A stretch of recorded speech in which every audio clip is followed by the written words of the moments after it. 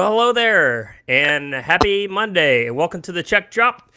Today, we have an amazing guest with us. You may or may not know him. His name is Ritch Shydner. He is, I don't throw around the word legend too often, but he is for sure a comedy legend. Let me just read you just this brief bio here. He's appeared on the Tonight Show starring Johnny Carson at least 3 times that I've seen. Late Night with David Letterman, The Tonight Show with Jay Leno. He had his own HBO half-hour special called One Night Stand, and featured in the documentary I Am Comic. And then he switches over to his actor capabilities. He was Al Bundy's co-worker on Married with Children, Designing Women, Roseanne, movies Beverly Hills Cop 2, Roseanne, and was a staff writer on such sitcoms such as Roseanne, The Jeff Foxworthy Show, and Christopher Titus. Please welcome to the Check Drop, Mr. Legendary Ritch Shydner. Hello, Ritch. Good to see you. That's a mouthful. You've done a lot. Yeah, I've been active. I was active. All right. So when did you start? I mean, any comedian would dream of that resume just stopping right there, and I didn't even get into all of it. I mean, that's just the highlights. Yeah, I was going to law school, and I was always funny. And a friend of mine, he thought I was funny. Another law school classmate, I thought I was funny. So he needed a third opinion. He found a place for me to go, some coffee house. It was a coffee house, 1979, January 79 in Washington, D.C. And I don't know if we called it stand-up. I didn't know. I'd seen stand-ups. I'd seen Carlin and Steve Martin and Robert Klein. I'd seen stand-ups live. But I just went down and prepared like 5 minutes, went down and ate it like everybody does the first time. Not everybody, but I ate it. Yeah, but just enough. I got one reaction. One guy at one point went, that's it. That's all I got. That's all it took? That was enough. You're like, I'm hooked. Yeah, I'll come back and see if I can get 2 of them back to back. I love that you said you needed a third opinion. That's like the past present, the past tense version of like American Idol, where like you think you're a good singer, and then your mother thinks you're a good singer, and you're like, well, maybe I need somebody else to tell me that I'm a good singer. So, and that was in D.C.? I was in Washington, D.C., so I started doing it. I was going around to places. Like every generation has a different challenge to get to the microphone. And for my generation at the time, it was just finding places that would let you do it. I'd go into these singer-songwriter nights at bars in D.C., and there'd be like one, Jackson Brown, Bonnie Raitt, after another, wannabes, Jane Taylor wannabe. And I'd say, I want to go up and do some comedy. And first they're like, nah, we're just doing music. But I'd keep persistently, I'd come back. And then finally they let me go on and I'd get a couple laughs. And I knew I was doing okay when, sometime I wouldn't go back to this one place for a couple of weeks. And I'd come back and they go, hey, where were you? We missed you. I went, okay, we're starting to get a little rep here. But that's it. It was just finding places to do it. There were no places to do it. There were no comedy clubs on every corner. Nice. Well, I mean, the thing is, you started it so young as far as the art form. It was so, now I can name 2,000 comedians. How many comedians, do you know, like, hey, there was only maybe 100 comedians doing it at that time, or was that even a high number?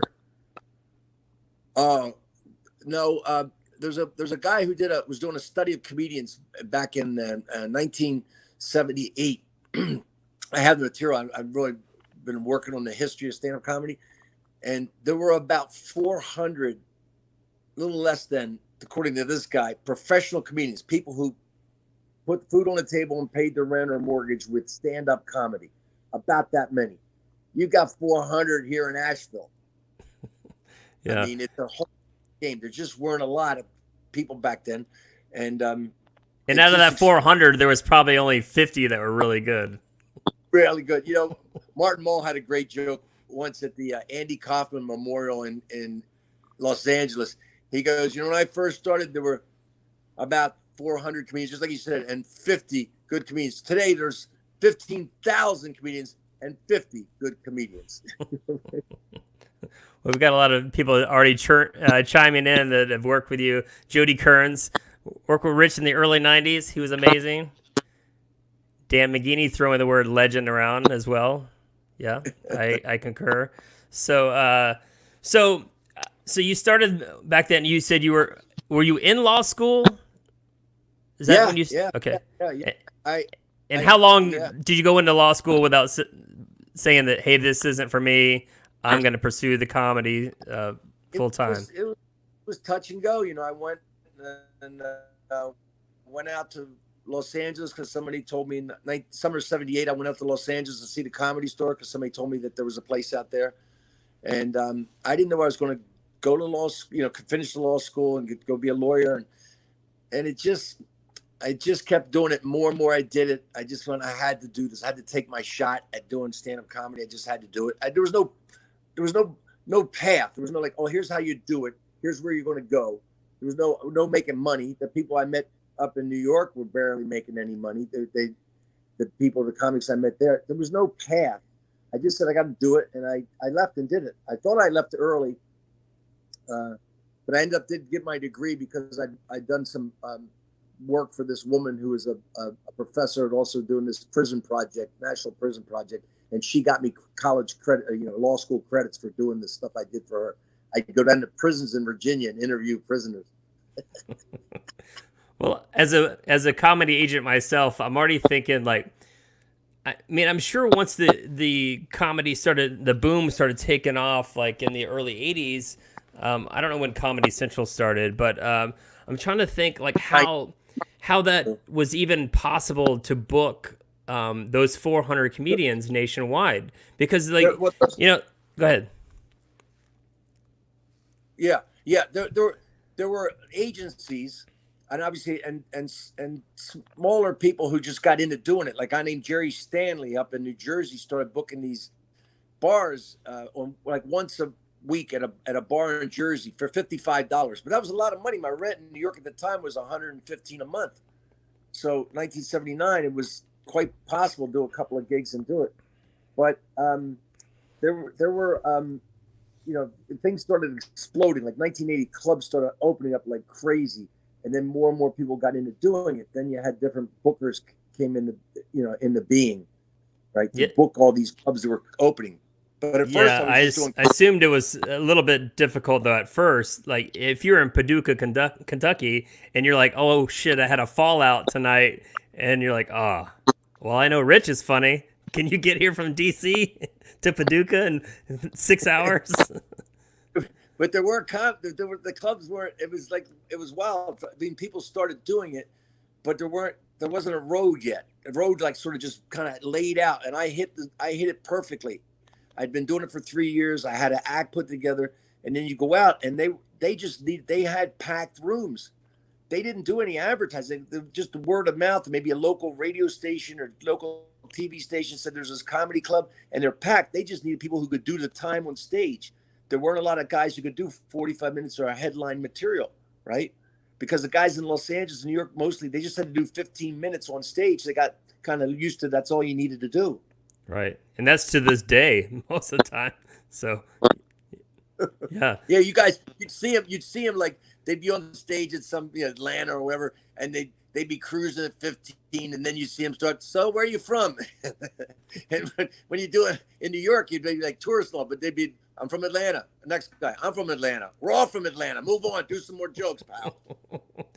So how long did you stay in D.C. before you decided to springboard out to either New York or L.A.? You mentioned L.A. In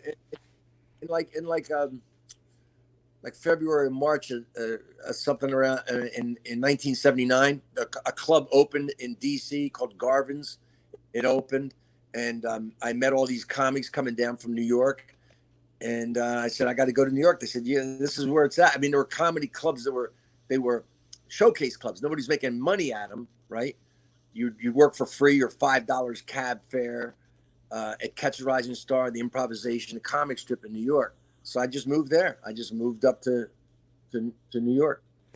Now, when you started in D.C., did you have a group of comics that you started together with? Because it tends to be like very fraternity-like, from what I hear. With comedians coming up together, and that they're still friends with today, if they're still doing it or if they're not. But did you have a group of guys that you started with?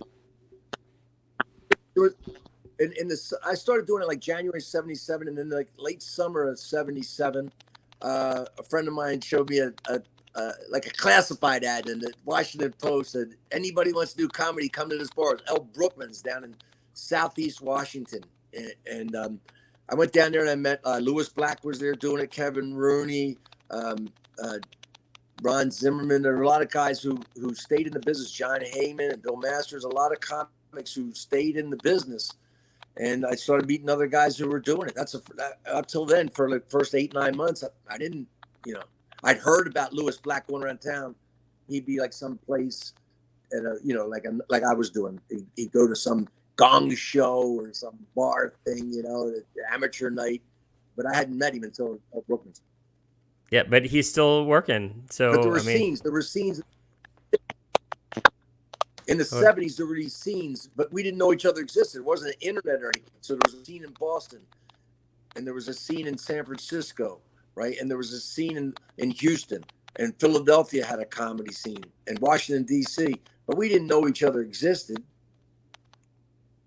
Okay, you're fading out on me here. You want dial-up, Rich? Is it my connection? I think that is your connection, yes. It's okay.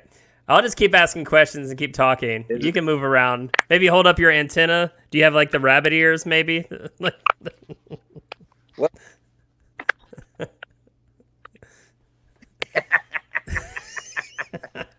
What? You there? That's weird, man. That's how it happened. Sorry, Chuck. That's all right, man. Hold on, man. How about we're now? just Is it good? Yeah, we're good. We're just gonna keep forging ahead. This is what makes live streams so exciting. Maybe I'll try to come in through my computer instead of my phone. How about that? Oh yeah, that's probably would work better. So you want to pause and come back? Man, hold on, man. Hold on. If you're watching at home, Ritch Shydner is currently trying to figure out technology and live streaming.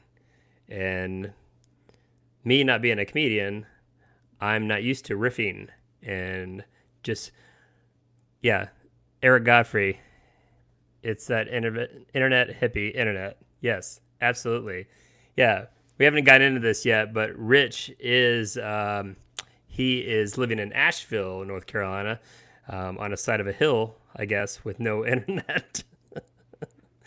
So then I just sit here and talk to myself, live stream, and this might be the most interesting part of our podcast today. So you can still see his face frozen here. So, all right. So he has left the building for currently, and hopefully he'll get back in. Eric Godfrey. Call Vericola. He can write you some stuff. That's Charlie Vericola. Does he do material outside of Carrot Top prop bits? I don't know. So I hope everybody's having a great day. It is Monday, the 13th of July, at approximately 5:15, and so we're just killing time. We're waiting for Mr. Ritch Shydner. Here he comes. He's coming back here. Let's try. Hey, Rich, is that better? Let's see. Yeah. He's on mute. Is that better? No, we'll see. Damn. Am I better? Is it better? It does sound currently better. You just keep talking and we'll see. I'm gonna try to join the meeting. It's that you gave me a Zoom thing, right? Yeah, it's that link I sent you. StreamYard link. Well, that I'm. Let me try to do that on the. In your email, just click on it. Computer. Yeah. On a computer, that's better. So while you're sitting at home watching fans, so let's go right into the whole how you got into the late night scene. I mean, was that still part of the? There's not many people doing it, so there was more chances of you getting selected for the late night spots.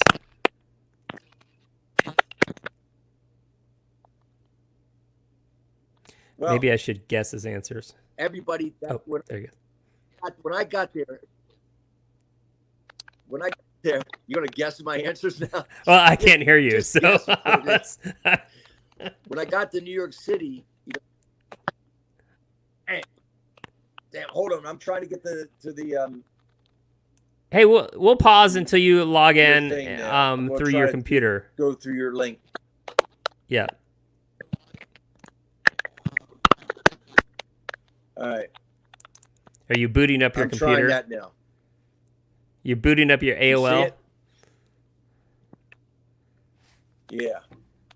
Here, I will delete you from the podcast now, and you have your email in front of you? I have it in front of me now.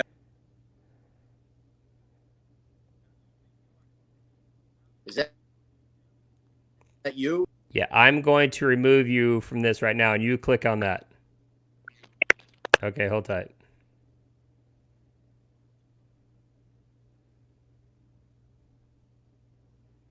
Hey, Rich, remove yourself from your phone.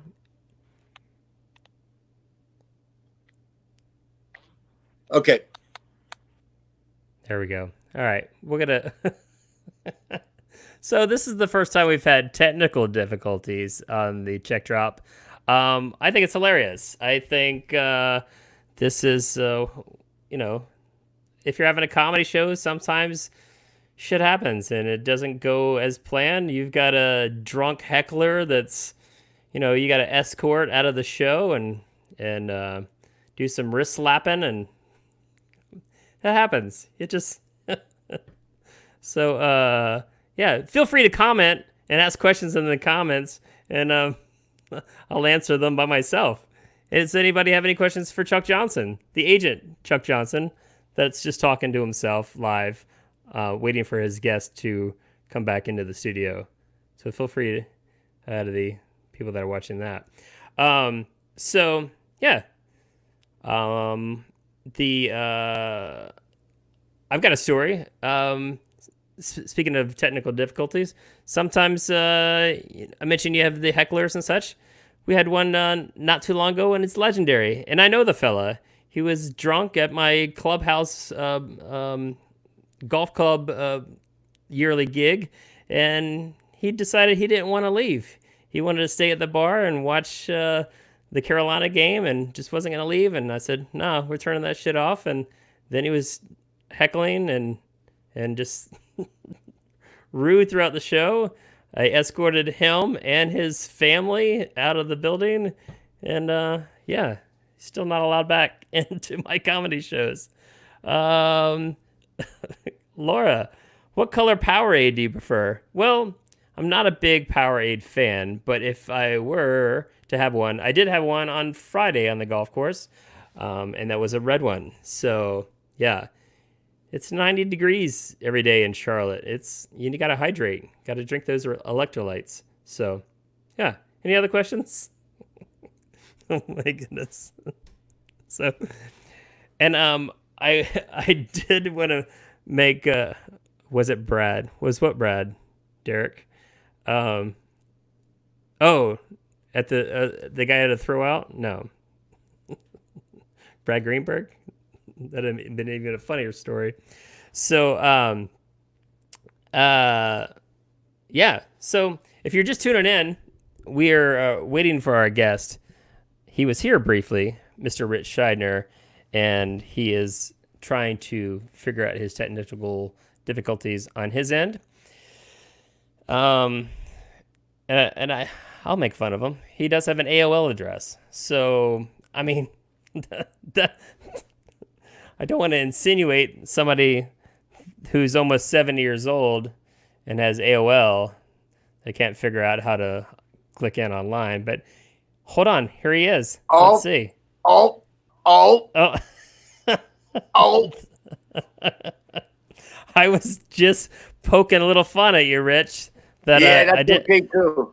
I didn't want to insinuate of an almost 70-year-old man that has an AOL address couldn't figure out how to get his live stream to work. I have a Gmail too, just to show you. I do know that you have a Gmail as well, but yes. Oh my goodness. All right, so I have been becoming a comedian all of a sudden. I've switched from agent to comedy, trying to fill time while you're gone. So people are asking me questions, and so Brad Greenberg reference came up even. So Brad, remember him? Yeah, I saw him down in I did a club. It was a jazz room in Charleston, and Brad came over. I was doing this show on the history of stand-up comedy, and Brad came over. It was great seeing him. Yeah, I haven't seen him honestly since I left Creative Entertainment. That was in '98. Wow. And he's in the same town. I've just never seen him for whatever reason. So I think I saw him at Joel Pace's wedding. That was it. So yeah. All right. So to continue where we left off, so I had asked, so how did you get, obviously you moved to New York, you started getting more time and getting, and right when the comedy boom was starting to hit. So therefore more joke places available, basically. Yeah, you'd go out. I mean, this happened all the time. Clubs were popping everywhere. I remember one time, this was like '82. I go out. Bill Hicks was my middle act, and Bill and I went out to go do a club in Tulsa, and then we're supposed to go to Oklahoma. And we ended up out for literally 2 months instead of 2 weeks. They'd go, okay, this club opened up over here in Lubbock. This club over here. This club there. Go to the next club. And we just kept going from one club to another for weeks and weeks. We were out there a long time. And that's the way they were just popping. They were popping, and opportunities were there if you had the time, if you could do the time on stage.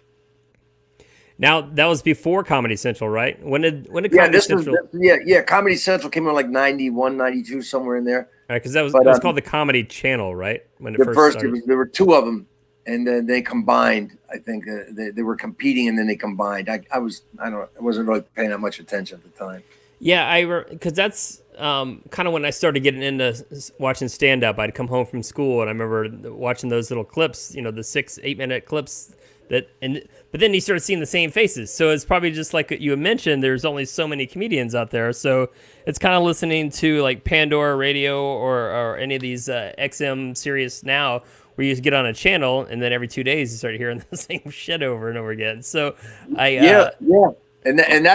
look, it was like I said when I first started, and it was there were all these comedy clubs open. It was so new, and people were packed to see it, and then of course, 4 or 5 years into it, and that's when there was a boom in the 80s, and then a crash in the late 80s, 90s, where all of a sudden you've got like 3-4 clubs in a city, and then the same comics coming through time and time again, and then the audience is like, yeah, we've seen it. So there was a boom, and then there was a pullback, and then there's, it's always like kind of been a wave since then. Well, did you get a lot of people that would see you perform and go, hey, this is easy. It looks easy. Let me do that. I mean, since the supply was so low, were people like on your heels trying to jump on that bandwagon? You'd go into a town, say it's a small town, Cincinnati or wherever, and there are no local comics.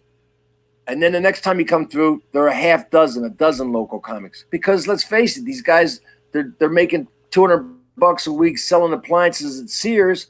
They come through, they find out, and the openers back then were getting $1,000 or $1,500 a week to MC. So they get out of the club. They're kind of funny guys or funny women. They get out of the club. They talk to this opener. They go, "You're getting what?" And they quit their job at Sears the next day and show up at open mic night. Right? I mean, it looked great because there was so much work to be had. That's crazy. Yeah. So did you have your favorites, like certain regions of the country that you always prefer more than others? Hold on. Just a minute. The wife is screaming for me. I'm on a show, honey. This is like an old sitcom. It is. Jeez. Hurry up and get the groceries out of the car before the bears come. So you're in Asheville, North Carolina. Now, how long have you been there? We moved here about a year and a half ago from Los Angeles. All right. My wife had never lived anywhere but Los Angeles. Okay. And she was like, maybe 5 or 6 years I'll already talk about moving. So let's take a vacation. Where are you going to go? Let's go to Asheville. We came down here, spent like 2 weeks vacation around here. She went, let's move here. So that was it. It's a nice town. I like it. Yeah. I just like the South. I'm from the Northeast. I grew up in New Jersey, so I was always comfortable in those places. But I'd say close second is the South. My mom is from the mountains down here in North Carolina, and we spent time down here when I was a kid. I like the South for a lot of reasons. Is this your second wife or your third wife? Third. Oh, third. Okay. All right, got it. Because I did meet one of your wives. I can tell you a story. I think I've said this to you before, but it was literally my first time in LA for like business. Once I started my agency, I was managing a comedian named Mark Ryan, who you know, and yes. And you were interested in him for a writing project for something I can't remember to this day. And you had literally, I think I got off the plane within an hour. I was at your house, and next thing we know, he and I were joining your daughter's birthday party at a roller skating rink. And I was like, what the hell is going on? Like, what kind of writing project is this? Yeah. And I was so paranoid. I mean, I was 26 years old, I think, when I started my company, and I was just like, hey, I still like, is Rich trying to push me out of my managing gig with Mark? And like, I didn't know what the hell. He's I didn't trying know. to steal my client. I didn't know what was going on. I didn't know how LA worked. I still don't know how LA works. That's why I live in my little pond in Charlotte. So, What? No, you Chuck, refresh me. What year was that, Chuck? Oh my gosh, 2000, 99, so maybe 99. No, you're right. So I was working at HBO on Mind of the Married Man. I was writing for that show for Mike Binder. Okay. And HBO was like, they were looking for ideas. So I had an idea about doing a comic on the road. There would be sort of like a reality show. Some of it would be real, and some of it would be like, you'd throw people in and scripted ideas, scripted scenes. So I thought Mark would be one of the good characters. I went to 2 different comics to do this with. One was Ritch Shydner. You remember Ritch Shydner? Yeah. I approached him first because he was hot at HBO, and the other one was Robert Schimmel. Rich didn't want to do it because the comic in my story was a guy who was not a star yet, and Rich was like, "I'm a star," and I go, "Well, you're not that much a star, really, Rich." Well, 2 great comedians who did really well for themselves. They were great comedians, and then no longer Schimmel with us. was going to do it, and Schimmel got cancer. And that sort of took him out for a while, and then the thing just kind of fell away. But that was the project. I remember that because I thought Mark would be a good young comic to be on this thing with these guys who are a little older than him. Yeah, I just remember literally I'm at a roller rink within hours of my landing in LA, going, this LA thing is weird. He's got some scheme to push me out of this roller rink. It's like, this is the craziest town ever. That doing business deals in a roller rink at your daughter's birthday party. Oh man. So all right. So you go to LA eventually, or were you in New York when you got offered the late night sets for like Johnny Carson? The first shows I were doing were Evening at the Improv and Merv Griffin. I got to LA in '82. My first wife, Carol Leifer, got a TV pilot for a show called Toast of Manhattan by Barry Levinson, the guy that did Diner and all those great movies. And so she said, let's go to LA. That was what you did back then. There was really nothing happening in New York City in terms of television. So everybody in New York would look ahead to go, when are you going to graduate from here and move to LA? That's where the center of the comedy universe was for sitcoms and Johnny Carson. But I was doing stand-up, and in summer of '84, the Olympics in LA happened, and I was like, I'm getting out of town. I could see this was going to be a disaster for comedy. There'd be a lot of people in the audience who were from other countries who couldn't speak the language. I knew there was going to be a disaster. The traffic was going to be a mess. I said, I'm going to New York for the summer. And Sam Kinison, another comic, we were partying one night, and I told him that's what I was doing. He said, I want to come with you. So we just left like the next day. And I was on stage in New York, and Jim McCauley, in like August, Jim McCauley, the talent coordinator for Tonight Show, he'd had it with a lot of people left town because they couldn't do any business in LA. And he came to New York, and he saw me there. He'd see me in LA, but when he saw me in New York, he was like, you're ready to do the Tonight Show. I'm going to do it in 2 weeks. So I did it like 2 weeks later. I was on Tonight Show. Were you like scared out of your mind at that time, or were you ready? Because so many comics, they say the things that they got throughout their career, they're like, oh, I wasn't ready for this. I wasn't ready for this. I wish I would have this. No, this would have come later. I was ready. I've been doing it a while, but still when you're ready, there's a lot of stress. Now, I wasn't helping myself. I was drinking and drugging pretty hard, and I managed to quit, a week or so before I did my first Tonight Show. But even so, I was so stressed out, I broke out in shingles. And that's an old man's illness. I broke out with shingles. I went to see the doctor. I didn't know what was going on. I had this pain in my butt, my cheek, my right butt cheek, and my hip. And the doctor says, how old are you? I'm like 28. You got shingles, man. I go, what? He said, you got shingles. I had to wear a medicated pad. I walked out to do my first Tonight Show with like salve and a pad on. And it's stressful. I mean, everybody knows it's stressful. It was back then. It was like a make or break thing. I never forget, like Seinfeld called me up before I did my first Tonight Show. Nobody will talk to you. Like it's like a pitcher doing a no-hitter. No comics called me. Nobody was saying anything. Seinfeld, the only guy who called, left a message on my machine, said, you've already hit the home run. You're just rounding the bases. Don't trip. It doesn't look good for the fans. That's awesome. And that was it. And he probably doesn't want to screw it up for everybody else either. Like it's kind of like everybody's on the same playing field. Yeah, you got the show. You already did all the work. You got the show, and so it went great. And I got asked back right away. So it went great. The first one went great. Were you asked to the couch? Nope. I didn't get to the couch till I think my third, fourth one. Okay. You probably didn't want to sit down because you had the shingles. the one comic that doesn't want to go to the couch because you want to sit down and on your ass. No, yeah, I wasn't even thinking that. I was so, adrenaline was so pumped up with adrenaline. And, I just look over, Johnny's giving you this thing. So they tell you, he'll wave you over or give you this thing. Or if he's not looking at you and he's just tapping his pencil on the desk, that's like the drum roll for your execution, man. If you get that, you're done. So it's like A, B, or C. A is coming to the couch. B, did a great job. C, see you later. Yeah, that was it. So you did that. You did the Tonight Show how many times?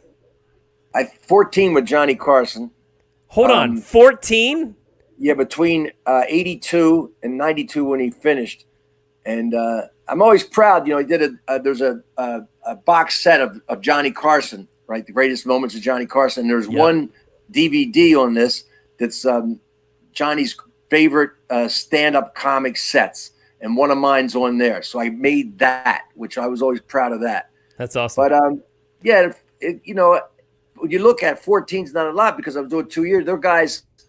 I know a lot of guys. I mean, Seinfeld was doing them every, month and a half or something, 5 or 6 a year, whatever. There are a lot of comics doing a lot more, averaging not even 2 a year. So that was 14 with Johnny or Johnny and Jay? No. I did another 4 with Jay. Okay. And I did about a dozen with David. I did most of all my ones with David were when he was with NBC, and I think I did 2 when he moved over to CBS.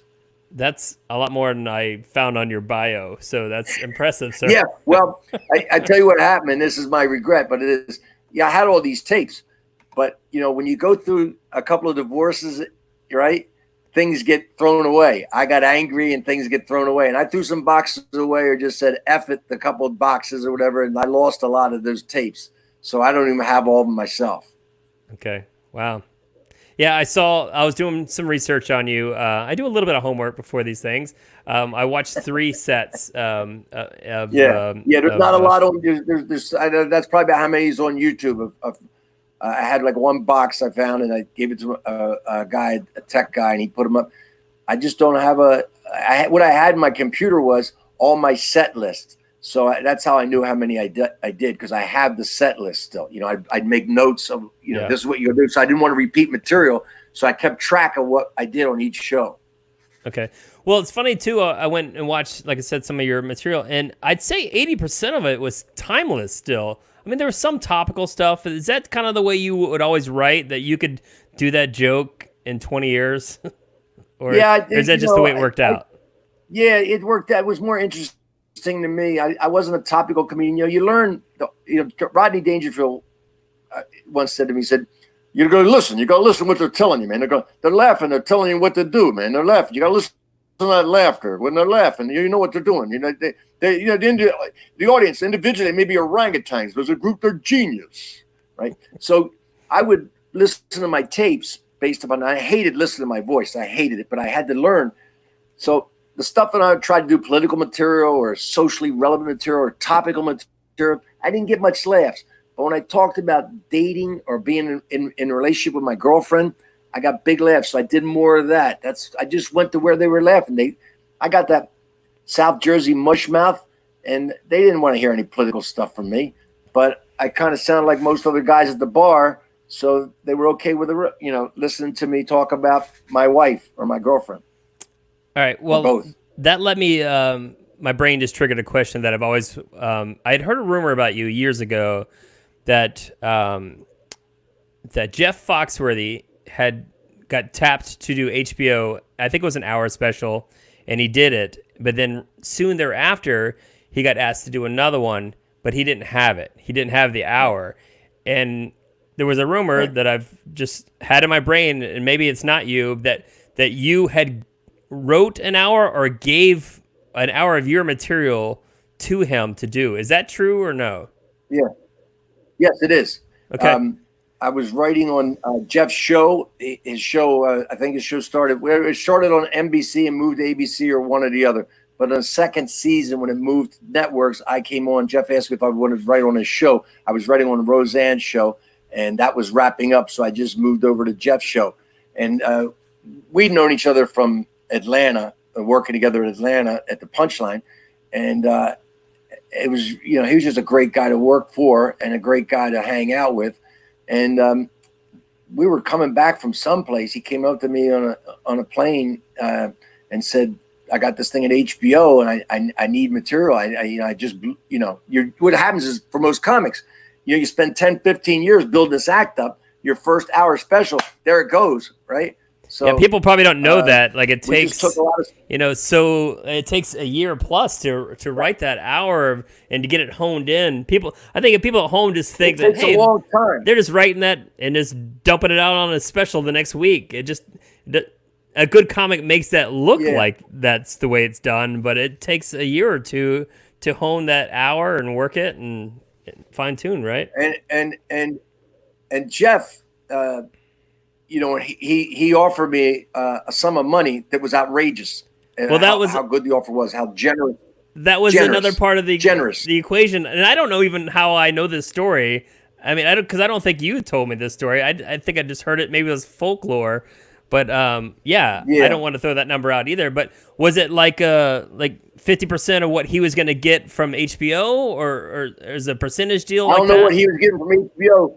But it was a lot more than ever made in one shot in showbiz. I can tell you that. It was a lot of money. It was serious money. To this day, that was the biggest paycheck you got from Foxworthy? Well, no, because Jeff, it's like the joke Frank Sinatra, the old joke. Frank Sinatra tips a guy at a restaurant in L.A., tips him $100. He goes to the guy, hey, is that the biggest tip you ever had? I goes, no, sir, I got a bigger tip last week. Really? Who gave you that? You did, sir. So Jeff, I did it again for another special. He came back another special and paid me another huge amount. And we worked together. Most of the stuff came right out of my act, but then Jeff had to put it in his, take it out of my mushy South Jersey thing into his Southern drawl. He had to put it in his voice, and he had to work. But I'll tell you something, that guy, I worked with a bunch of guys. I've worked with other comics writing material for them, and his work ethic is to be admired. Every night. It didn't matter. We were in Vegas, we were doing these big theaters that he performed in, right? Because he was a big draw then. Right. He would go out. We'd work beforehand. We'd go over the material before the show. He'd go out 5-10 minutes, man. He'd bust it out. You know what I mean? That's a lot of risk. And he'd get it down fast. He's a quick study. He got it down fast. And I'm telling you, he had that hour, couple of months, man. He had it like this was his material from the beginning.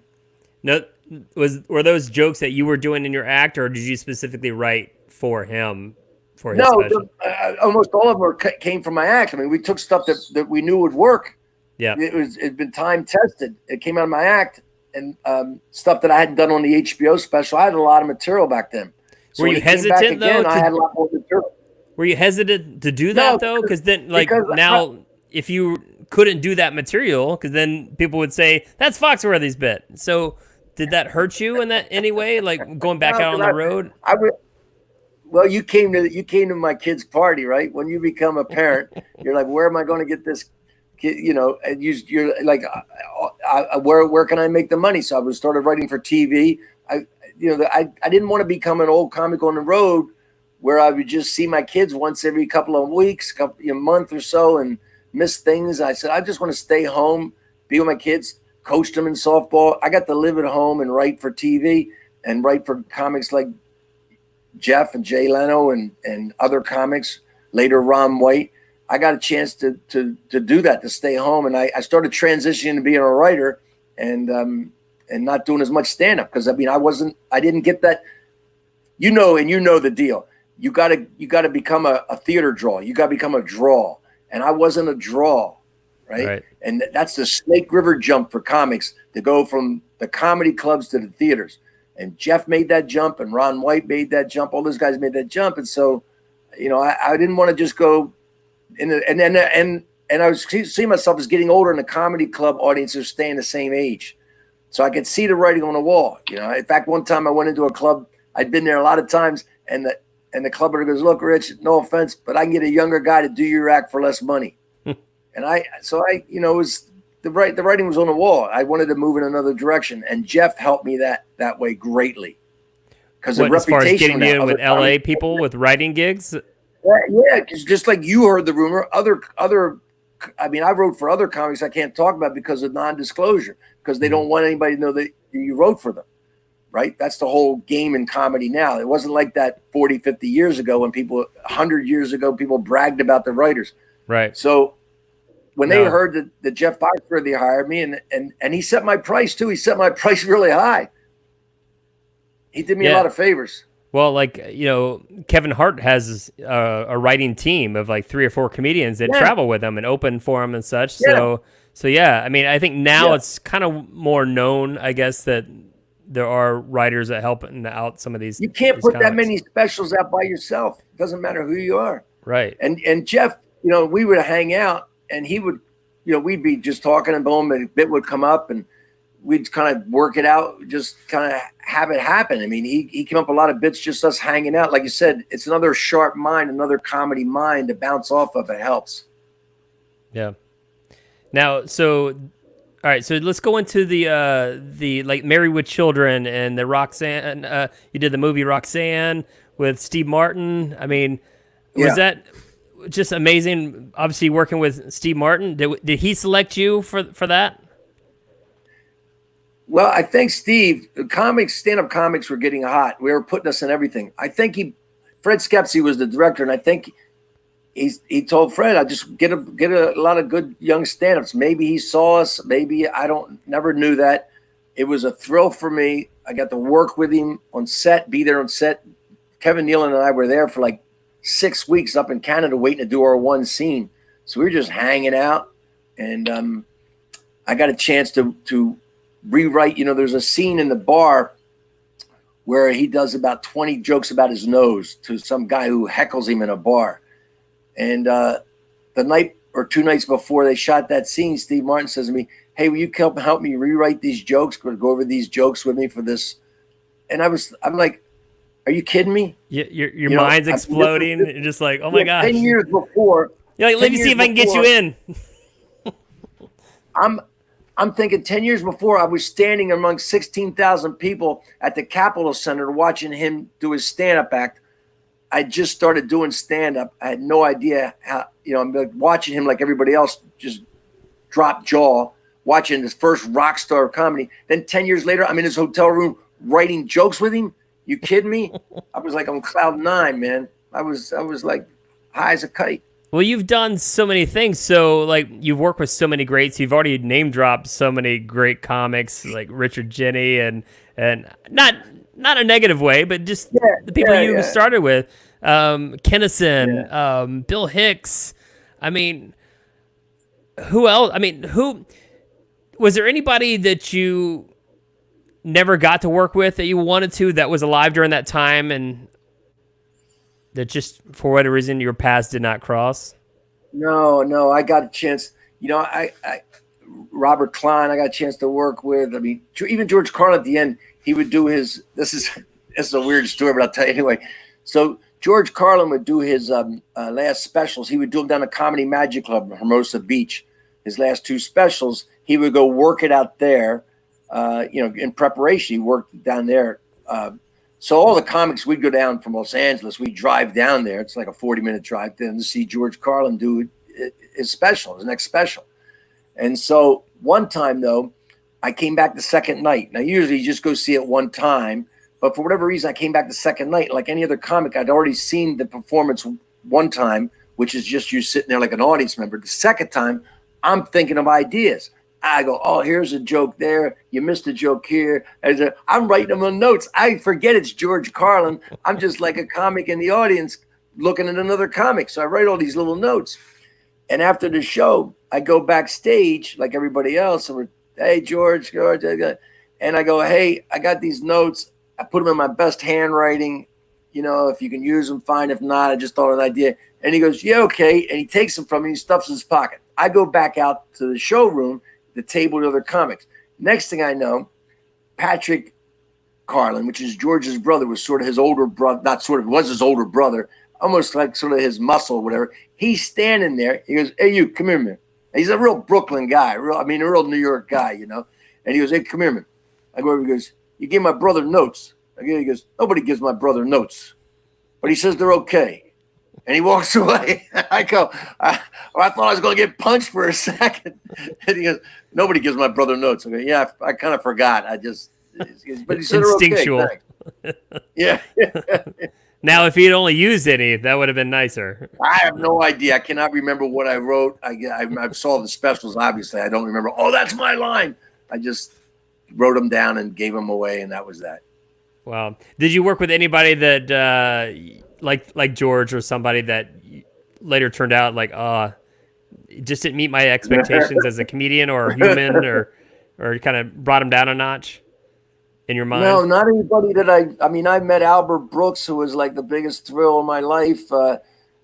They were all okay. I always had that kind of hesitation to meet your heroes because they turn out to be jerks. Then you've lost that thrill, right? You've lost that hero. But all of them turn out to be just great comics on stage and people that they respect people who are in profession. If you get to a certain level, and I'm not saying I was ever at their level, not even close, but they respect the effort you put in, and there's almost like an automatic camaraderie that I imagine even if people who are soldiers in different wars, I'm not comparing what we did to that, but I'm just saying they would respect the soldier from another war, even though they never fought with him or have served with him. That the comics sort of like generation to generation or whatever, you just kind of like you respect somebody who's done what you've done and are in that same game. Now, do you see any comedians now? Do you watch comedy now? Oh yeah. Who are your favorite up and coming comedians that nobody knows? Really, up and coming. I'm not certain I can really tag that. Obviously, my favorite right now is Bill Burr. My son loves Bill Burr. I'm a big Bill Burr fan. I love Maria Bamford, Michelle Wolf. David Chappelle's on another level.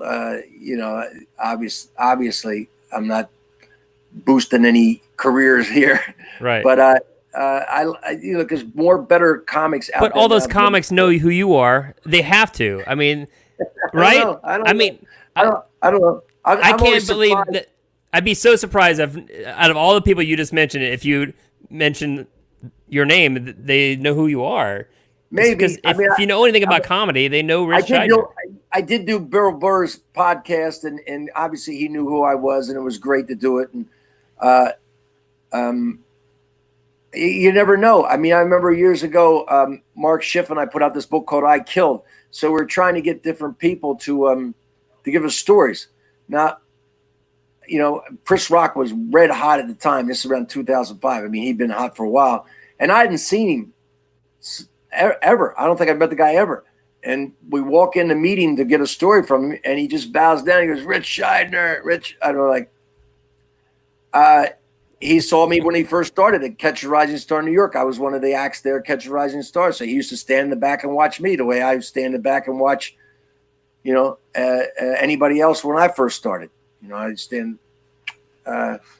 It's kind of It's cyclical. It's a cyclical thing, Yeah. If I always respected the ones that went at it hard. It was to me, it's easy to be lazy in comedy. You can get a couple of minutes and just kind of drift. And the work is the writing. The work is the coming up to the material. All that sort. I always respected the comics who were more the writers than performers. There's two parts, right? There's a writer and a performer. And I always respected those people who had those original ideas, the Albert Brooks and the Bill Hicks or Sam Kinison. But, you don't know what they think about you sometimes. Well, with you working so many sitcoms back in the day, what do you think? Do you think the sitcoms are dead as we know it in this day and age of Netflix? It seems like drama is so big now, doesn't it? Like getting on a sitcom now obviously doesn't carry the weight as it did in they moved to '89. I'm not sure. Yeah, it's definitely not the same. I'm not sure. I don't watch any network television. I'm watching this show on. Just started watching a show last night on Netflix. I can't think of the name of it now, but it's about the sort of the future and this afterlife or upload or some upload. I think it's called Upload. Greg Daniels, the guy who wrote The Office and some other series. It's good. It's really good. I don't know. I watch drama all the time. I watch stand-up specials and drama. I don't watch sitcoms. Who was the last stand-up special you watched? Dave Chappelle. And Dave Chappelle's last one where he just did a few minutes on the outside with the mask and the social distancing. 8 minutes, 34 seconds or whatever. 8 minutes, 34 seconds. Or whatever. I can't remember the exact number. His last three specials. And Maria Bamford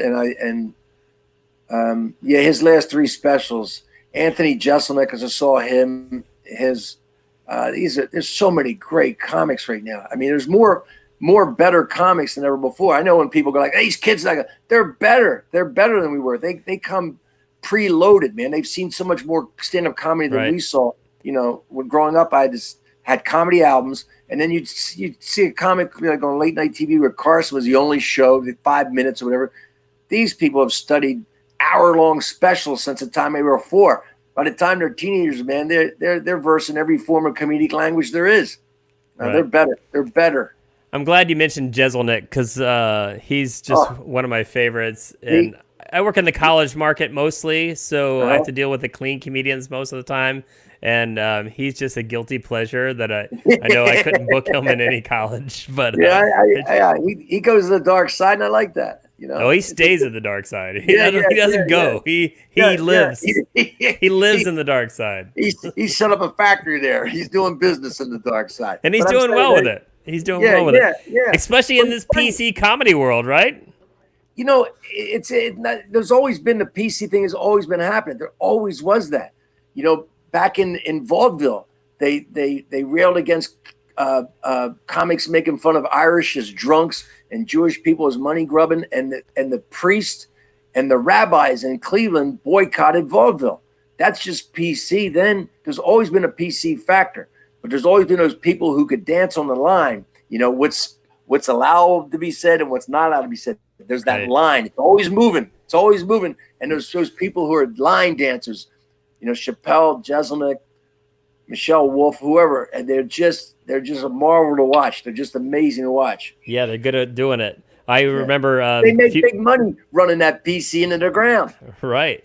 I mean, like you said, it's always been there. I think every few years something will pop up in the college market, and Seinfeld put a really big spotlight on it about 4 years ago about that he doesn't work clean. He doesn't work in the college market anymore because it's too PC. Why?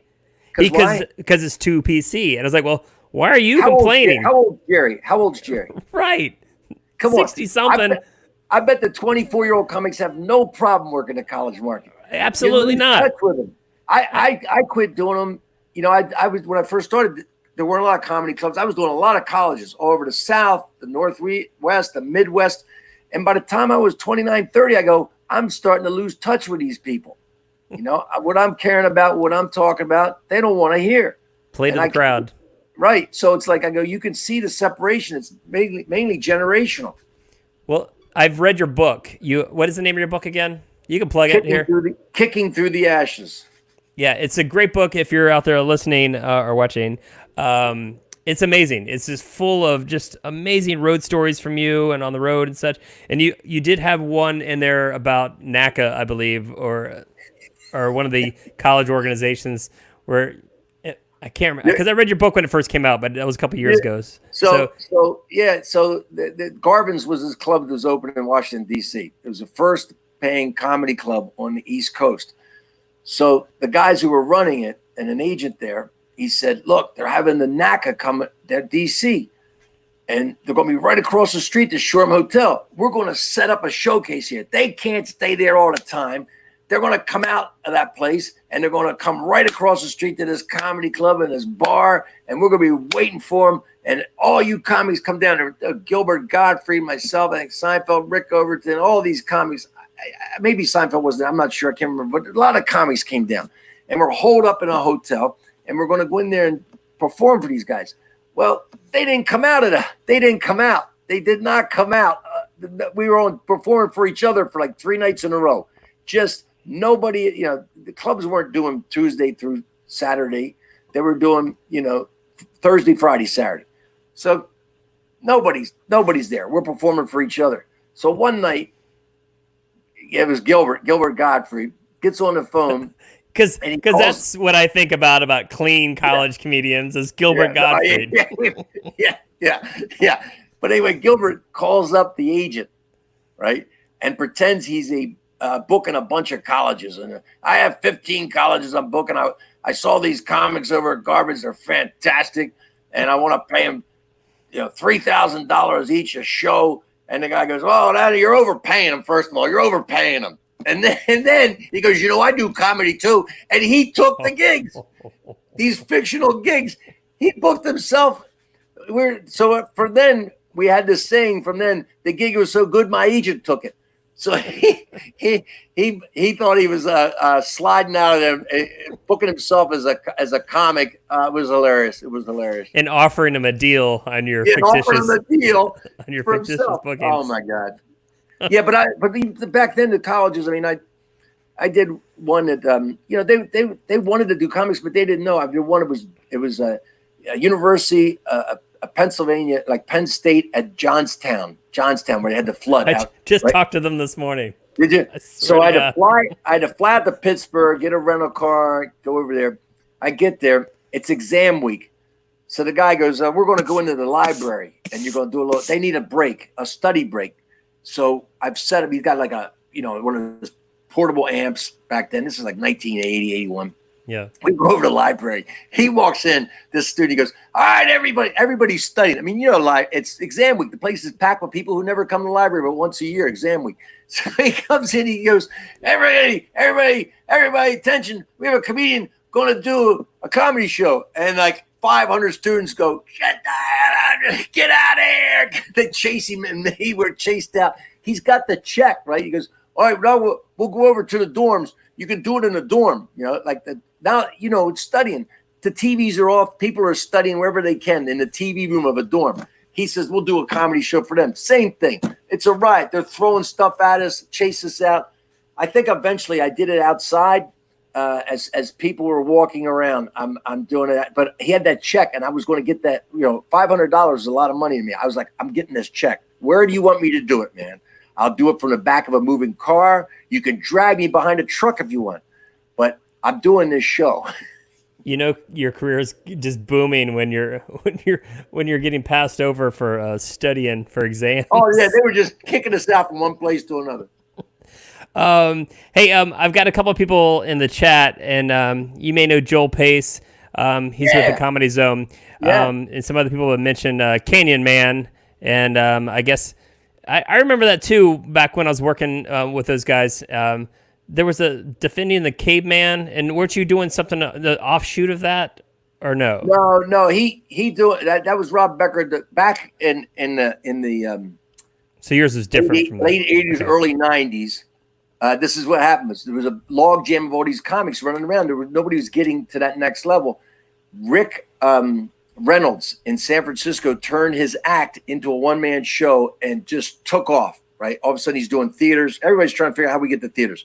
So now we're just taking our acts and putting a new hood ornament on this old car, right, and selling it. Just put one-man show behind it. And one-man show. I'm going to talk about my girlfriend who died. I'm going to cry a little bit. It's a one-man show now. So that was it. So I did it like everybody else. Rob Becker had a huge hit. He started in Dallas at the Improv with it, and it just took off. And Mark Anderson tried to get me to do a one-man show. We did it in San Francisco, down in Irvine. Didn't catch. And then Brad brought me into the Comedy Zone, tried the same thing, tried me to do a one-man show there. It didn't take off. It didn't, Yeah. Sometimes you got to throw things against the wall and see if it sticks, right? Or me against the walls. Well, Greenberg was good at that. He threw a lot of things against a lot of walls. He was the most fit. There was no other muscle-bound comedy club owner in the entire country. He was the most intimidating comedy club owner there was, Yeah, and that with that mustache too. He had such a porn mustache, 70s porn mustache, man. That was the best. He had a great mustache. Yes, he did. Fit, man. He was fit. Yeah. Well, Rich, I really appreciate you taking the time out of your day to, come visit the Check Drop. And this is the point of the show where, we start wrapping this up. And you have any good stories? Do you have any good Check Drop stories at the end of the show, or just any other great stories? That actually started. There was no Check Drop when we first started because the clubs were selling liquor. They were selling liquor. That's all they cared about. The Mothers Against Drunk Driving hadn't changed the drinking, driving ethos in the early 80s. So the club owners were like, you stay up there as long as you want. Go a 2-hour show. We don't care. 3-hour show. We're selling booze. We're sending 300 drunk drivers out in the night, and we don't care. So there was no check drop. And then when they started cutting the show down, they said it's an hour-and-a-half show, so now there's a check drop. And comics would lose their minds, man. They'd be like, and to me, it was like, you could see it happen. You're killing, you're smoking. All of a sudden, a joke.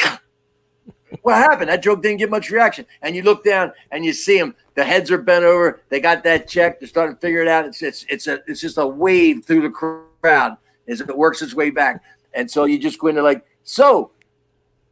you just start dancing. You just start dancing. You just dancing and dancing. And one time, is the truth. I was doing a lot of drugs back then.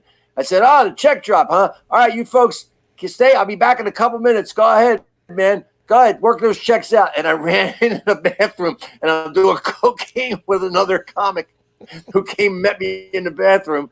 And we're having a drink, and I come back in. I'm just walking through the crowd, drinking. Hey, take your time. We're working it out. And I made a whole crowd go, like, finally, when they were all finished, right? I go, everybody finished? Everybody got finished? All right, now we continue the show. And I was not going to be stopped I was not going to do one joke of the act during the check drop. I was not going to do it that one night. But then, of course, it changed. I quit drinking and drugging, and I had to find other ways to kill that time and smooth it out. But I'm sure night, the club owners probably frowned upon that as well.